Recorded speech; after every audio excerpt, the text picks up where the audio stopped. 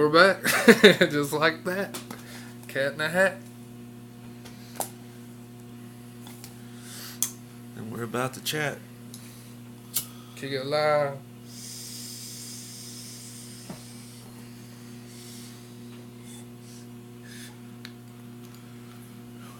But yeah, next time y'all see me, one thing I want to talk about is my last boxing match. I boxed at Black Diamond Beatdown 4 in Wise, Virginia at the Hangar. And it was a straight up amateur boxing match. I went against Jake Morgan from Team Fast out of Coburn, Virginia. I was surprised at a few things, that experience. Like, going into the boxing match, I really underestimated the guy I was boxing, because I was like, he ain't ever boxed before, and he just started doing MMA. And then I watched his MMA videos, and he really didn't throw his hands much. He was more just grappling people, you know what I mean? So I was like, this guy's not a striker, so I feel like I really had the advantage going into the fight. But with that being said, I didn't train for the fight at all. I do maybe every now and then I'd go outside, do 30 minutes on the bag, you know what I mean? Yeah. And then, but anyways, I went up there and boxed him. He surprised me. He was real good. He's tough. I hit him with some big shots, man. And that first round was fucking insane. Like, at the time, I noticed what was going on. I knew we was throwing down. Like, after that first round, I thought to myself, because I thought the fight was 4 rounds, by the way, because I was told going into the fight it was going to be 4 rounds. But I thought after that first round, I was like, we can't keep pushing this pace. This is too fast for both. I mean, we was going balls to the motherfucking walls that first round. Possibly, I've heard multiple times people say that was the most exciting boxing round they've ever seen. And I agree. Like, me personally, that was the most exciting boxing round I've ever seen, and I was fucking a part of it. But I knew what was going down. So I knew my plan coming in the second round, I was like, I'm going to tone it down and settle the pace down of the fight. Slow it down a little bit, you know what I mean? Yeah. And try to establish a pace that I can keep. Well, I did slow the pace down in that fight, and I didn't go balls to the wall. And he pushed the pace that round. And me thinking there's 4 rounds, I was like, okay, I'm just going to use this round to get a breather and come out tougher. And the fourth round was real big with me. I always want to finish the fight strong. Start it strong and finish strong. So going into after the second round, he beat me straight up. And then we went into the third round, and I could see that he was tired as well. Like, I was a little bit tired. I wasn't in the best shape for that fight, but I could also see he was huffing and puffing as well. So I was like, okay, maybe if I just let him do what he did the second round and push himself again, maybe going in this fourth round I could finish him. So I'm thinking to the fourth round. I go to the third round, and I'm just pushing the pace again, kind of like the second round, to where I'm not expanding a lot of energy, and I'm trying to get him to use more of his energy so he's dead tired by the next round. Well, that backfired on me, because after that round they said the fight was over and it was only a 3-round fight. And I talked to Roy after the show, and he said that during the fighter meeting they said it was going to be 3 rounds, but I didn't hear it during the fighters meeting, which I really wasn't paying attention either, you know.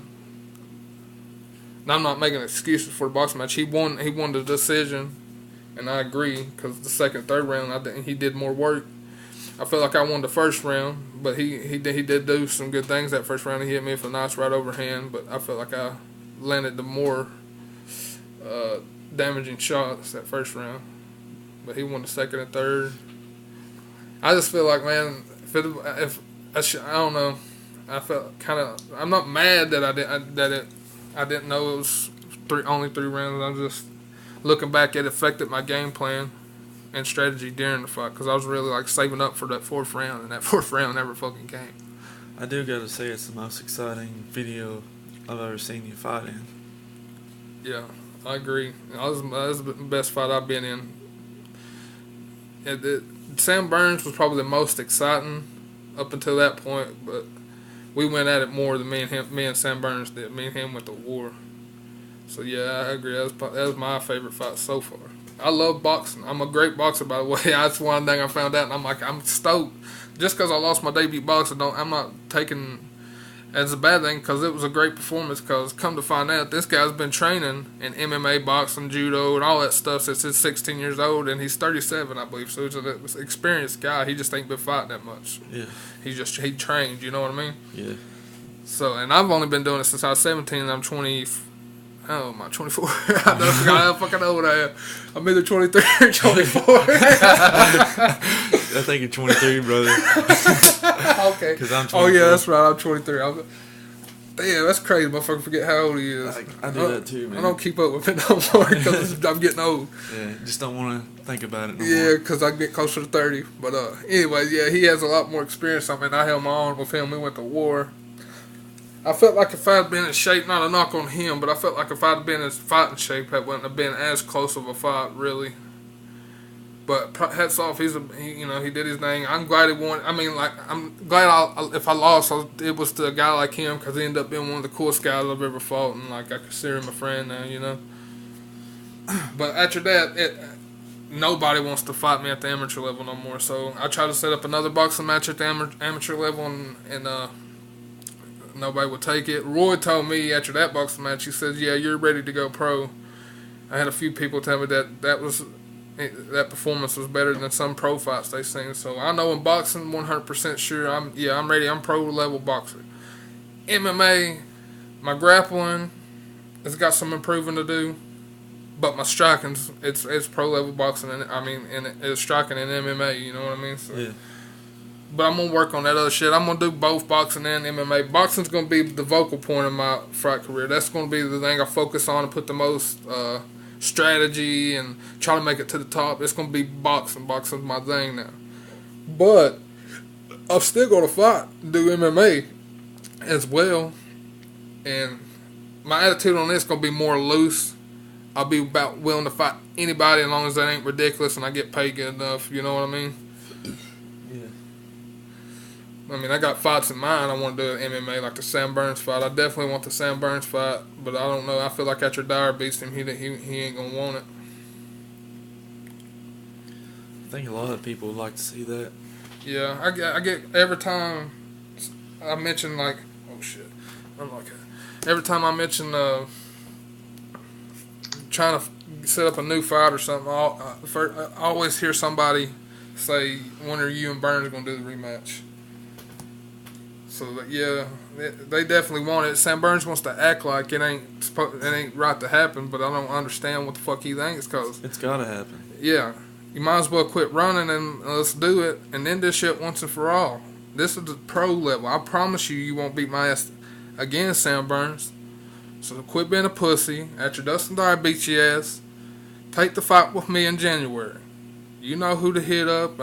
They supposedly already hit you up or are going to hit you up after the fight. So you know what it is. Let's do this fucking rematch. It was an exciting fight. What you got to lose? Let's do it again. Let's create something special and let's fucking go at it. I'm tired of the bullshit. We'll end it once for all at the pro level and make some motherfucking money doing it.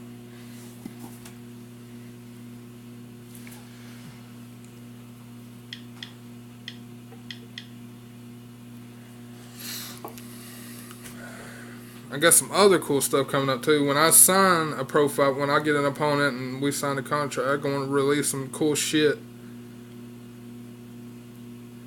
I don't want to leak out too much right now, but I got a badass idea. You know what I'm talking about, Shannon? Yeah. I'm trying to find this. Oh, this motherfucker.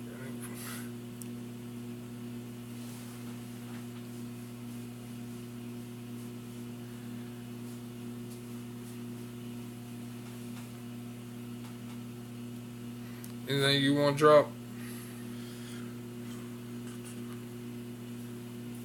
Trying to think, but right now I'm not doing too good. Oh, shit.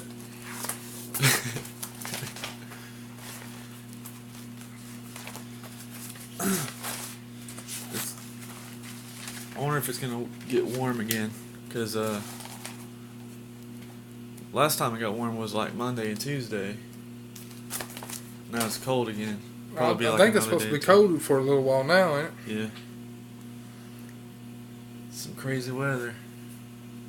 I know it's gonna get under 30 this weekend or something like that. It's gonna be pretty cool. It's cold outside right now, I think. Which I don't hate it. It's alright. I like the seasonal changes. If it's summer all the time, they get old. Yeah, it would get old. And if it was winter all the time, that'd definitely get old. That's why I hate hearing this complaining. Yeah. Like complaining all the fucking time. I'm definitely I miss the summer. I want to go on a vacation. Fuck you. Move to Florida. Yeah. You know what I mean? While you living here. Alright, well, we're going to wrap it up. This is episode 5, I believe. We can't remember shit on this side, boy. Nope. We'll end it with a little ASAP Rocky. You know what the fuck it is. Get your hands up. He's got that purple swag like the Lone Wolf. You know, purple's my color. Check it.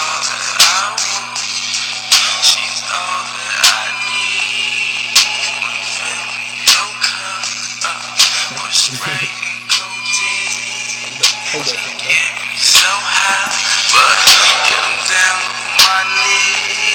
I don't know when the next episode will be, baby.